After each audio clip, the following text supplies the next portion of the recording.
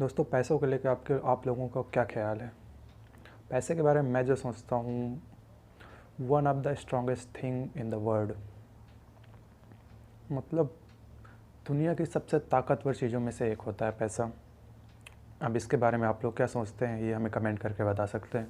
Competition के इस दौर में सभी पैसा कमाना चाहते हैं, अमीर बनना चाहते हैं।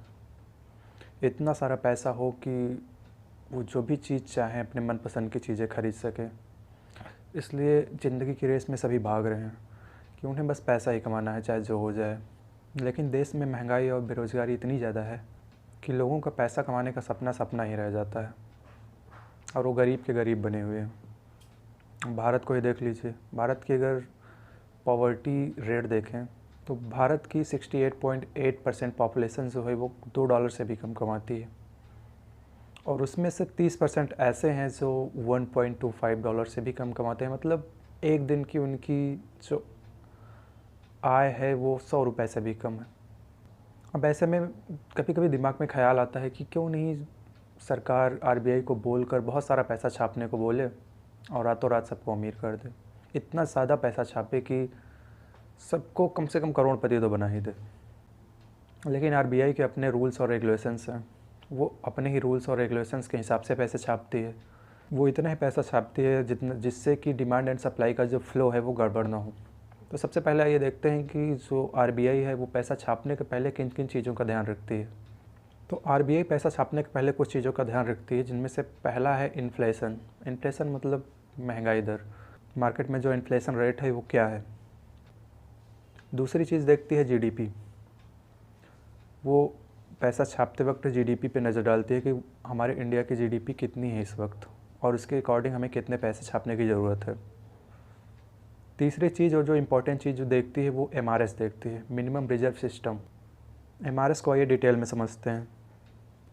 मिनिमम रिजर्व सिस्टम का एक रूल है कि पैसा छापने के पहले आरबीआई देखती है कि उसके पास मिनिमम 200 करोड़ की एसेट होनी चाहिए, और वो एसेट किस रूप में होगी, कम से कम 115 करोड़ के गोल्ड होना चाहिए, गोल्ड कॉइन्स या गोल्ड की ईंटें होनी चाहिए,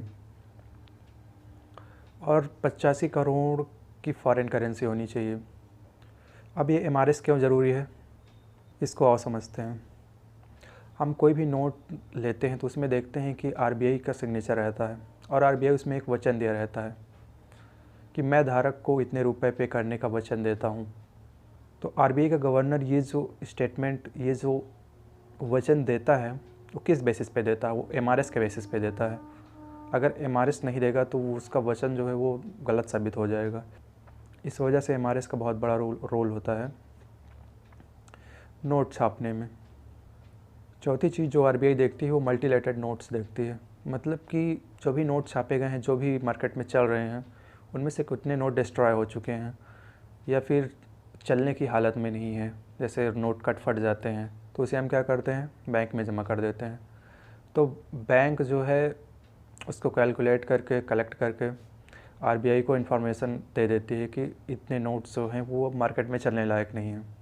तो इसके बेसिस पे वो उतने ही नए नोट छाप देती है। पांचवी चीज़ जो है वो है coordination of RBI with government of India. मतलब आरबीआई का भारत सरकार के साथ समन्वय। इसमें आरबीआई देखती है कि जो भी गवर्नमेंट्स के प्लान्स होते हैं, उनकी स्कीम्स होती है, उसमें कितना पैसा खर्च होगा, और उन्हें एक तरीके से वेरीफाई करती है, जो कि आरबीआई को पैसा छापने में मदद करते हैं। और छठी और अंतिम चीज़ है methodology to evaluate the need for currency. इसका मतलब ये होता है कि आरबीआई इवेलुएट करती है कि हमें कितनी करेंसी की आवश्यकता है और ये किस बेसिस पे करती है।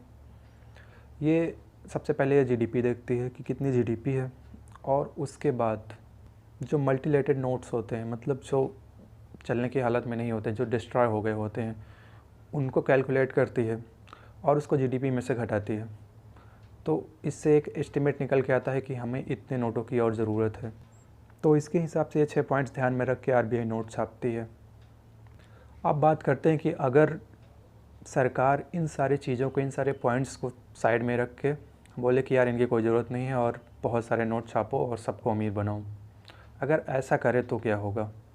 क्योंकि अगर बहुत सारे नोट छाप के सरकार सबको अमीर बना दे, करोड़पति बना दे, तो गरीबी की समस्या ही ख़त्म। इतने साल हो गए आज़ादी को, लेकिन अभी भी देश से पॉवर्टी जाने का नाम नहीं ले रही है। तो सरकार ऐसा क्यों नहीं करती है? अगर मान लो ऐसा कर दे तो क्या होगा? तो इसके बारे में समझते हैं। अगर सरकार अनलिमिटेड नोट्स छापना शुरू कर दे तो हमारे देश की भी हालत जिम्बाब्वे और वेनेजुएला जैसी हो जाएगी, क्योंकि ये गलती ये लोग कर चुके हैं। ये दो देश हैं जो ये गलती कर चुके हैं। और इन्होंने ऐसा क्यों किया? क्योंकि इनके ऊपर कर्ज बहुत हो गया था। इनके पास सैलरी देने के भी पैसे नहीं थे, बहुत सारे बकाया फ़ंड्स थे जो इन्हें वापस करने थे। तो इनके पास कोई ऑप्शन नहीं था, तो इन्होंने क्या किया कि अनलिमिटेड नोट्स छापना शुरू कर दिया। और इतने नोट छापे, देश में पैसे की बाढ़ आ गई। जिम्बाब्वे ने तो $100 बिलियन एक ही साल में छाप डाले। $100 बिलियन, समझ सकते हो कितना बड़ा अमाउंट होता है। और इसका रिज़ल्ट क्या आया कि इनके यहाँ इन्फ्लेशन की रेट इतनी ज़्यादा बढ़ गई, मतलब महंगाई इतना ज़्यादा बढ़ गई कि अगर इन्हें सब्ज़ी भी ख़रीदने जाना होता था तो इनको बैग में नोट भर के ले जाना होता था। ये कंडीशन हो गई थी। यहाँ पे क्या हुआ दोस्तों, डिमांड एंड सप्लाई का जो एक फ़्लो था वो गड़बड़ हो गया था। गड़बड़ का बिल्कुल ध्वस्त हो चुका था, क्योंकि डिमांड इतनी ज़्यादा बढ़ गई थी और सप्लाई बहुत कम थी। मान लीजिए एक 20 रुपये की पानी की बोतल है, पानी की बोतल एक है, ख़रीदने वाले 100 है और उसका जो MRP है वो 20 रुपये है। तो जाहिर सी बात है, एक बोतल है, अगर ख़रीदने वाले 100 लोग हैं तो क्या करेंगे? दाम बढ़ाएंगे। अगर वो कोई 20 रुपये में लेना चाहता तो वो बोलेगा मुझे चाहिए मैं 30 रुपये दूँगा, कोई बोलेगा मुझे चाहिए मैं 40 दूँगा, कोई बोलेगा मैं 100 दूँगा मुझे चाहिए। इससे क्या हुआ कि छोटी से छोटी चीज़ के लिए बहुत ज़्यादा पैसा पे करना पड़ता था। पैसे की जो वैल्यू थी वो बिल्कुल गिर गई, जिसकी वजह से महंगाई ने पूरे देश पर कब्जा कर लिया। जब हमारे करेंसी की वैल्यू गिर जाती है तो इसका इफेक्ट इंटरनेशनल ट्रेड में भी पड़ता है। अगर आप विश्व बाज़ार में कुछ ख़रीदना चाहते हैं, कुछ बेचना चाहते हैं, इस पर भी इफ़ेक्ट पड़ेगा। कोई आपके यहाँ क्यों निवेश करना चाहेगा, या कोई आपको क्यों बेचना चाहेगा कोई चीज़, अगर आपके पैसे की वैल्यू ही नहीं है। मान लीजिए इंडिया है, अगर US से ट्रेड करना चाहता है, US से कुछ भी ख़रीदना, क्योंकि हम ख़रीदते ही हैं ज़्यादातर। अगर हमारे पैसे की वैल्यू नहीं रहेगी तो अमेरिका हम पे क्यों विश्वास करेगा? अमेरिका ही नहीं, कोई भी देश मुझसे क्यों ट्रेड करना चाहे? क्योंकि मान लीजिए मेरे यहाँ जो गोल्ड है, मेरे यहाँ जो रिज़र्व है वो 50 नोट का है और हमने 100 नोट छाप दिए हैं, और हम इंटरनेशनल ट्रेड करना चाहते हैं किसी भी देश के साथ। मान लीजिए अमेरिका के साथ मैंने 20 नोट का ट्रेड किया, उसके यहाँ से कुछ लिए और उसको 20 नोट पे कर दिए। रसिया से ट्रेड किए, कोई भी चीज़ वहाँ से इंपोर्ट किए और उसे 30 नोट पे कर दिए। उसके बाद चाइना से कोई ट्रेड किए 20 नोट का और उसे भी 20 नोट पे कर दिए। अब हमने 100 नोट छापे हैं, हमारे यहाँ जो रिज़र्व है, जो गोल्ड रिज़र्व है वो 50 नोट का ही है। अब मान लीजिए वो लोग किसी कारण से पैसा दे के गोल्ड लेना चाहेंगे तो हम किसे पे कर पाएंगे? रसिया को, अमेरिका को, चाइना को, क्योंकि मेरे पास 50 नोट का ही रिज़र्व है और हमने 70 नोट का जो है ट्रेड कर लिया है।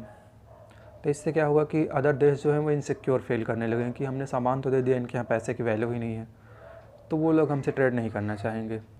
ओवरऑल रिज़ल्ट ये आएगा कि हमारी जो GDP है, हमारी जो अर्थव्यवस्था है वो क्रैश हो जाएगी। इस वजह से कोई भी देश एक लिमिट में पैसा छापता है, जितना उसके पास ये रिज़र्व होता है, गोल्ड रिज़र्व होता है, उसके हिसाब से वो पैसा छापता है। क्योंकि किसी भी देश को अगर उसकी इकॉनमी, उसकी GDP मेंटेन करके रखना है तो उसे उतना ही पैसा छापना पड़ेगा जितना कि उसके यहाँ गोल्ड रिज़र्व होता है। क्योंकि मार्केट का आज का जो दौर है वो बिना इंपोर्ट एक्सपोर्ट के चल नहीं सकता है। तो उम्मीद है आपको वीडियो पसंद आया होगा। धन्यवाद।